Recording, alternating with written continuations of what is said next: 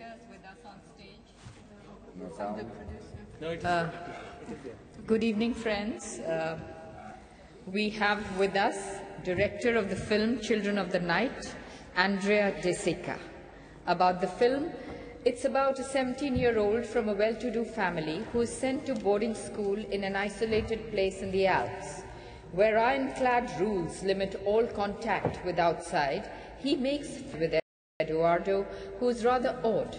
Their friendship is sealed by frequent escapes at night when the surveillance of students seems to lapse. They begin to frequent a nightclub hidden in the forest, which becomes a refuge for the two young men. This is where they meet a prostitute and become fond of her. Suddenly they discover that their transgressions they have kept hidden are actually a part of the school's educational program. And yet, there must be a way for them to become truly free. We also have with us the producer, Sandra, of the film Montparnasse Bienvenue. It's a film about a person who's broke with nothing but her cat to her name and doors closing in her face. Paula is back in Paris after a long absence. She meets different people along the way.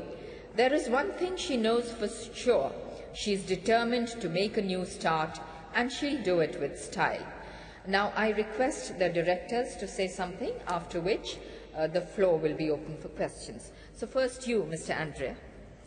Yeah, hi. Thank you for this invitation. This is my first film, Children of the Night, I figli della notte in Italian. It comes from my personal experience when I was in high school, because I met a guy, in Rome. I live in Rome, and it's full of noble people like prince and princess. And I met this prince. He was 16 like me, and he was a very kind guy. We hung up for a while. Then I discovered he was attending boarding school for 4 years. And I was really impressed, because I thought that boarding schools in Italy were something very old, and I didn't know that they even exist anymore in these times. Then I lost this guy, and after a few years I discovered that he was trialed for attempt to murder.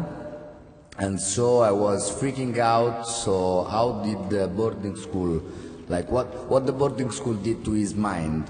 And so I was starting to be interested about this theme and to make a movie about it.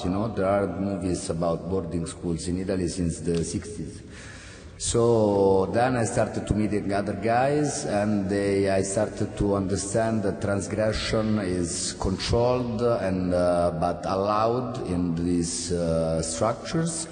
And that they keep very good secret of what happens inside the boarding schools. Then I started to do some research. I've been to boarding schools. They didn't allow to get in, but then I said to them lies, like I was the uncle of a kid who wanted to get in, so I started to join it. And then I started to write the screenplay, and then here it comes. This is Children of the Night. It's kind of a thriller, coming of age, about two kids, rich kids in a boarding school in Italy. Yeah.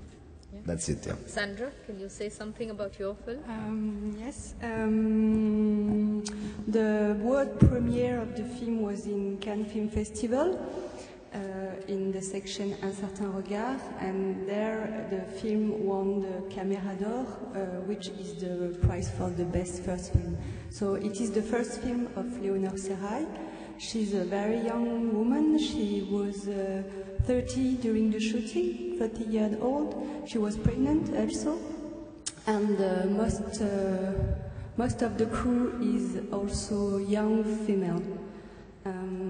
We made the film with a very low budget for France, but with the energy of the youngness and with a lot of joy. And we are very happy to see the movie traveling all around the world, here in India, in Goa. So thank you to the festival for inviting the film. That was very long. The floor is open for questions now. Yeah, don't be shy. What was the reaction to the film?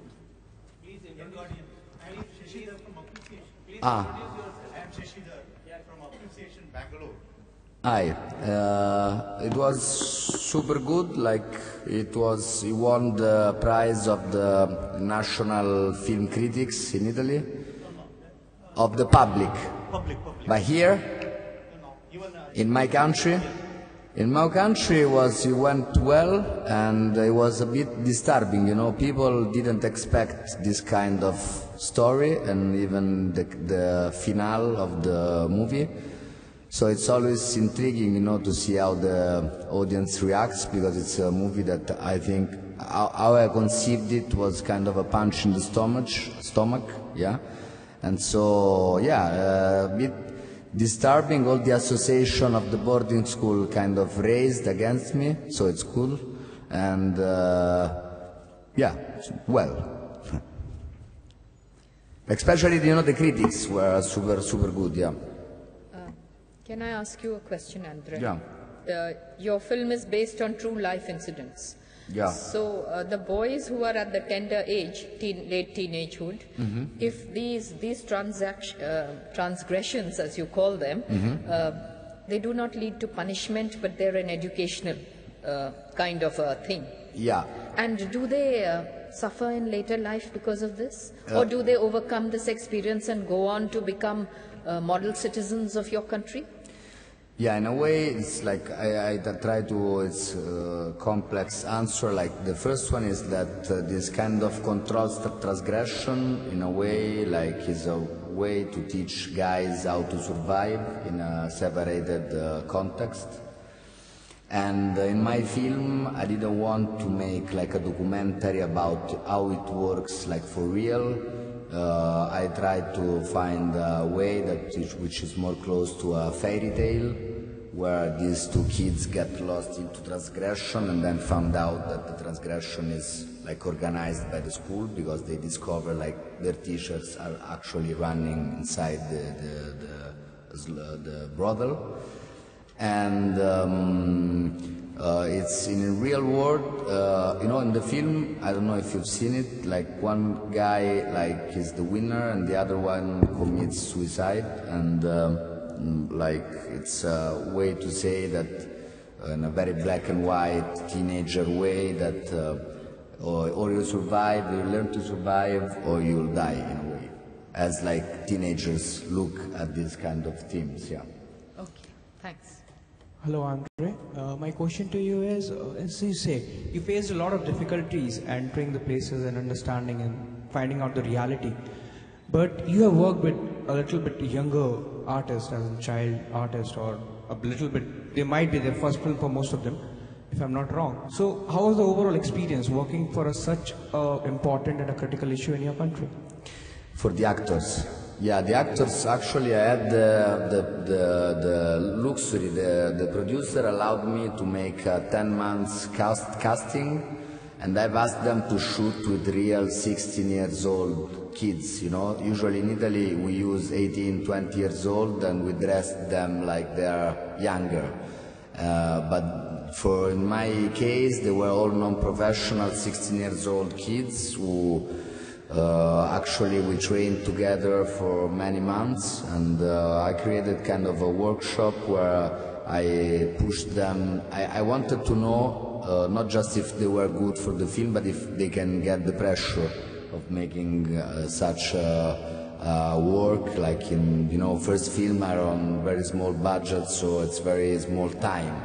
And many times you have to shoot like many scenes in a day, which are totally different the one from the other, and so it was kind of a training for them to do this. And so I selected the one who could really demonstrate to me the strength to make it. Yeah. Using social media platform to promote your films, both. What? Social media platform to promote your films. Social media platform to promote my film now? Yeah. Okay. What should I say? Yeah. Okay. I use the social media. Yeah. Now distributors often are using it. I don't like the way they're using it. Yeah, because I think it's not smart. Some other innovative. I don't know, because social media is cool when it's very spontaneous, direct and simple, and people like repost something that they like. When distributors often make this social media stuff, they like study it for days, but it's always silly, I don't like it that much. And I think that basically I'm an old-fashioned guy. If the poster and the trailer are cool, like the communication could be cool in a way, and but other stuff like the memes of the film, I hate that stuff. Yeah. And We also use social platform for promote the film. Promote? Yeah. yes, yes. Yes, for the French release, for example, the distributor download the trailer, things like that on Facebook, and I think it's worked. So we use it, but not too much. So I have a question. Please introduce yourself. Yeah, my name is Varun. Hi. I'm an upcoming filmmaker. I'm trying to become a filmmaker. So I've just a query to ask. Your name is Andrea Desica. I just googled, and so did your I believe that going out from Italy I could escape this question, but even in India I would like to ask,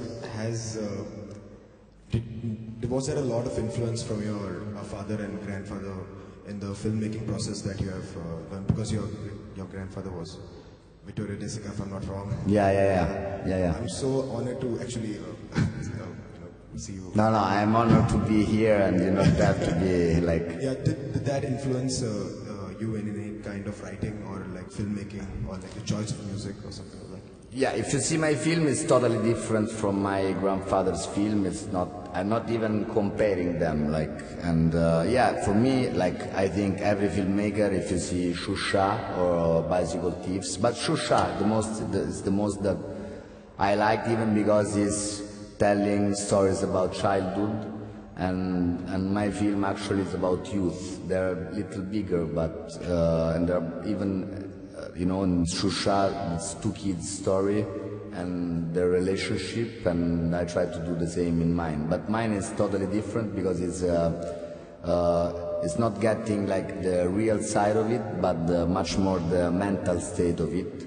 So in a way, it's a kind of different idea of cinema, and it's cool because in Italy, we talk a lot. No, Italians are famous to talk a lot. And when everybody thinks that for me being called De Sica, it's easy to make a movie, but I spent 4 years and a half to do it, because as I was saying, when you have to talk, it's easy. When you have to find people to get out the money, it's harder.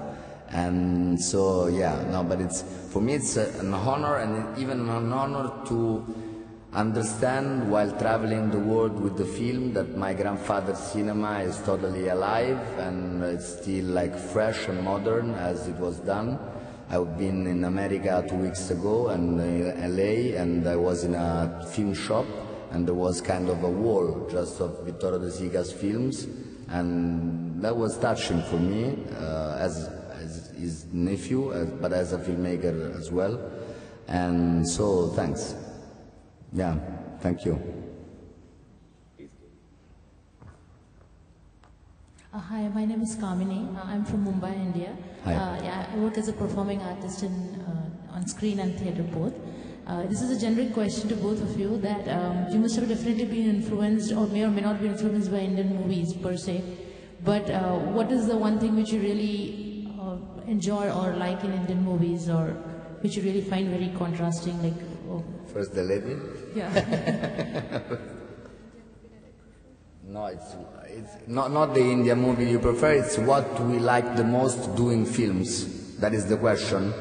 No, in the Indian No. movie. No.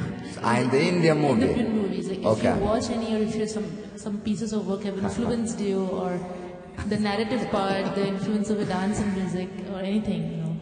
For me, the Apu trilogy, when I was a kid, which is, I think it's a classic. It's like to say I've seen just the Apu trilogy by Satyajit Ray. Yeah, because there was a Truffaut collection which was called Les Films de ma vie.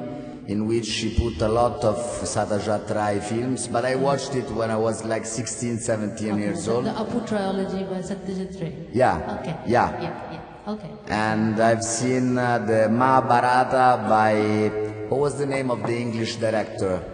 Peter Brook. Peter Brook. Fantastic. Yeah, but because when I was a kid, I was totally a cinephile, and we had in Italy a program in TV during the night that was running all kind of films, and I was like watching them like in a hypnotical state. You know, it was 3 o'clock in the morning. But so I discovered all these films here there. All right. Okay. Thanks. Yeah. I did it. Yeah. We both approved it.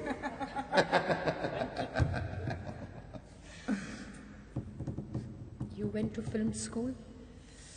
Yes, I've been to film school because I was like doing the, you know, as I'm coming from a cinema family, I was doing the assistant director, but I wasn't feel like that good because, you know, I was kind of it was a family business, so I wanted to do it by my way, and the best way was to apply to the National Film School and to see if I was capable to get in, you know, with a selection, like I think all the film schools like in Europe. And so I got there, and yeah, and since there I started I wanted just to work as a director, so I began with television. And I did a TV series for kids, I did documentaries, a lot for Rai Television, and then I started writing this story. Yeah. So my question is, you have worked around a lot of things since your film school, after passing out, as in television, and then it comes to movies. So what is something that excites you more? Is it a smaller duration that comes in once a week, or is it a longer duration coming in once a year? It's totally different. When you do a movie, like you have to, you know, to get something on the big screen and to let the people like take the car, buy the ticket, see your film, you know, in a way. So you have to think big and be ambitious and free, and I don't know, I think that cinema is kind of more personal in a way.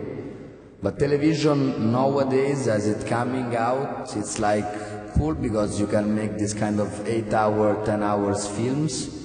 You don't have the stress, you know, of, as I said, to get the people in the cinema. So if you have a good release like Netflix or Amazon, it's cool because you're there and people will have the time to enjoy your show.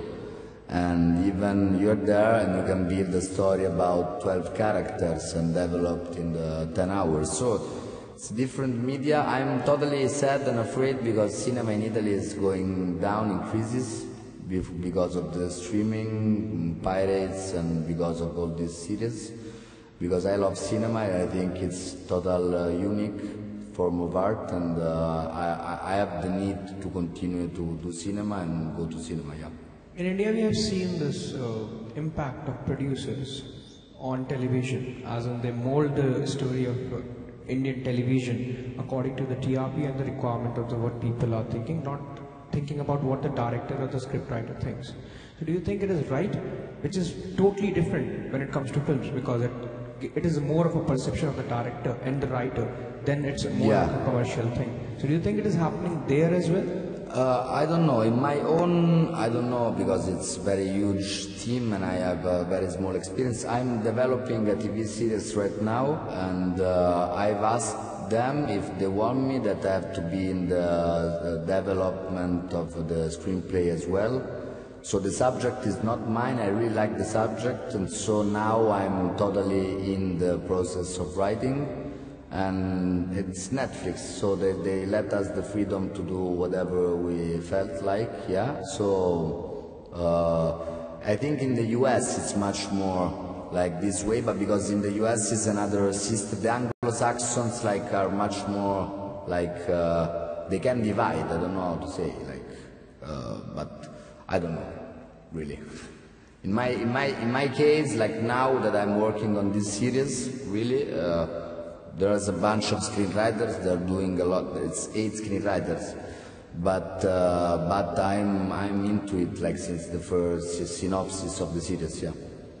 What is more easy for you, as in directing your own script or directing someone else's script? I always directed my stuff, so this is the first time for this series. I will tell you in next year, yeah.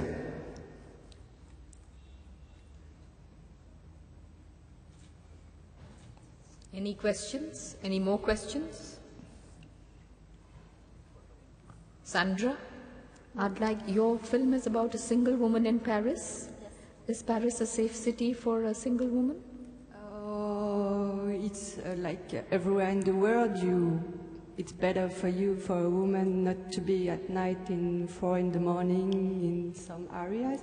But yes, it is. It's a city. And the film is more about how to become ourselves without the man that she loved. Something like that. Can you elaborate? Sorry. No, the character is going to discover how to live by herself without men and without money, and just to be free and herself and to find a job. It's like a new life in Paris. Yes? Yes? I'm Resham with the IFI Peacock. Commenting on your film, what would you say it communicates about the idea of relationships and as not defining particularly women in France? Sorry, can you repeat? I'm not sure to understand. What kind of relationship? The idea, I wanted to ask you whether you could comment on the idea of relationships as no longer defining women, based on the synopsis that you've given. Yeah. I think the director, because it's not me, I'm the producer, I think the director just wanted to say that you can be happy. It can be naive like that because you have seen the film. You haven't seen the film, but it's more deep in the film. But I tried to say you can be happy with love or without love. It's just like that. You can be happy with a very great job or not. It's just the message of the film. I think very simple things. You can be happy without love or without social position, very high social position. You know, it's something message very simple. Just find yourself, something like that. With relationship or without relationship.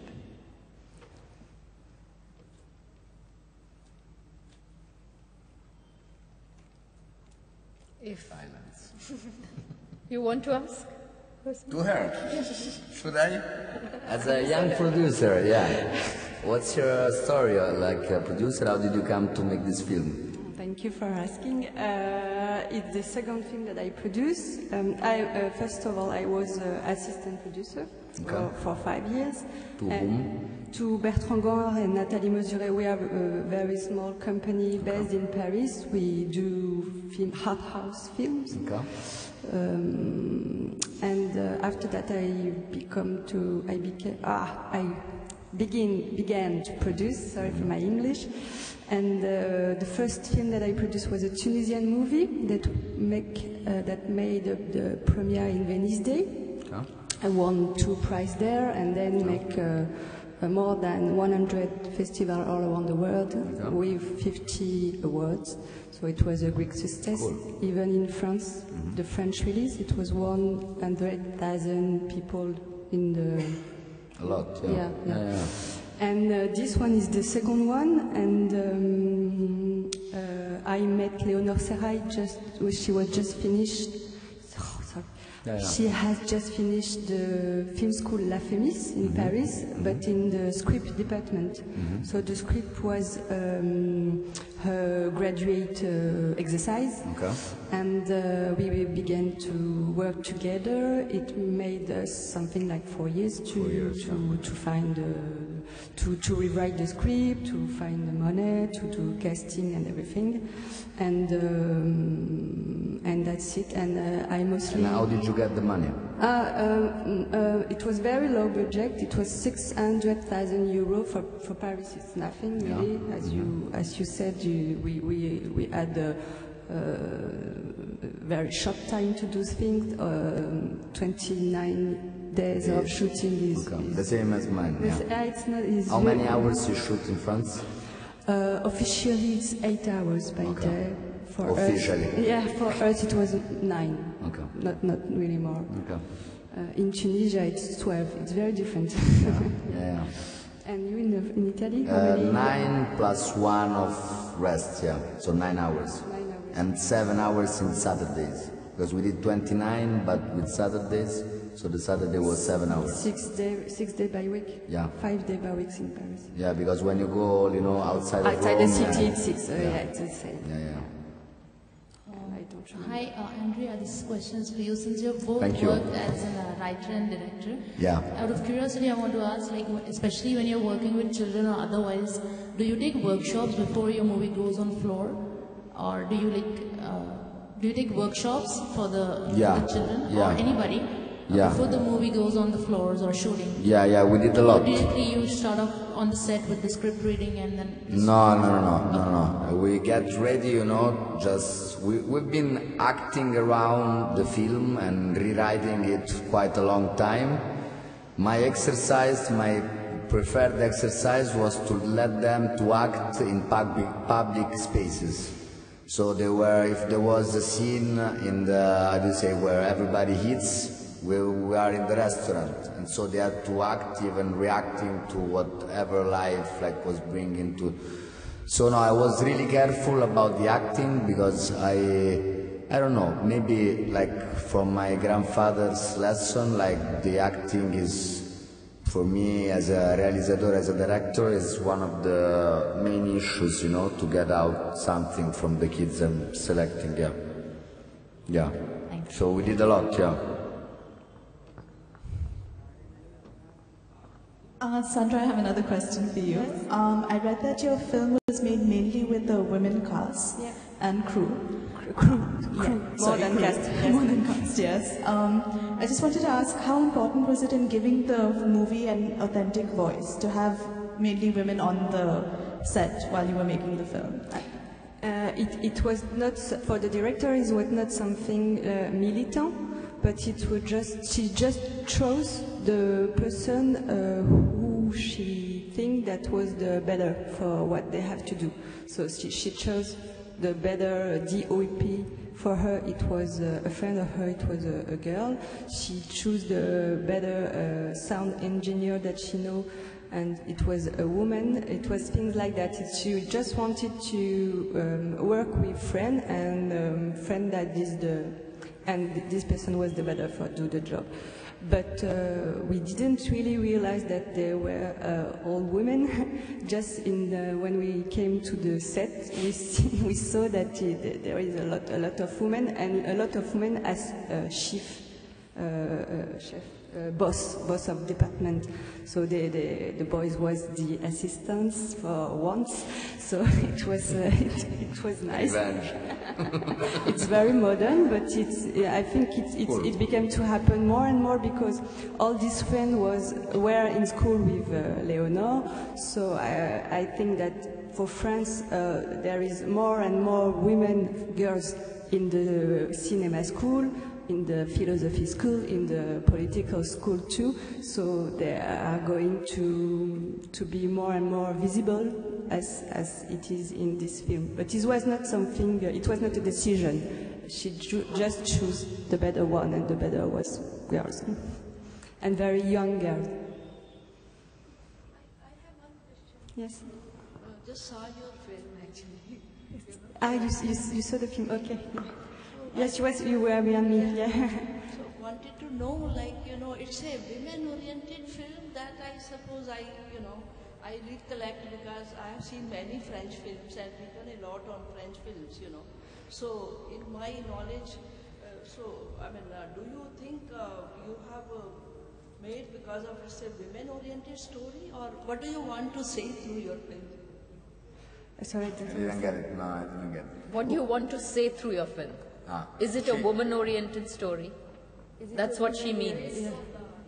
Yeah. Is it true or not? A true story of not? She wasn't here before when you already talked about the film. The question is it based on a true story or not? Is it a woman-oriented? Woman-oriented. Oriented, it's a woman director, so it's woman oriented. I don't know how to say much like as it. It's the glass of a woman on another woman. The directors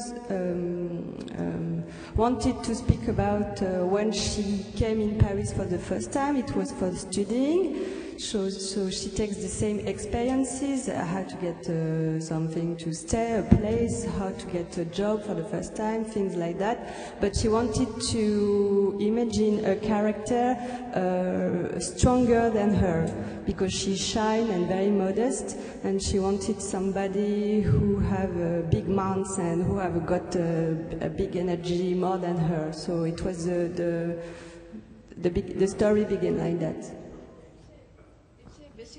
Story? It happened, or you just imagined? No, it's part of her own experience when she arrived in Paris, and a part of phantasm of a character that the character then is not that not exist. Okay, no more questions then, and we request you to step down for a photo opportunity. Yeah, for sure.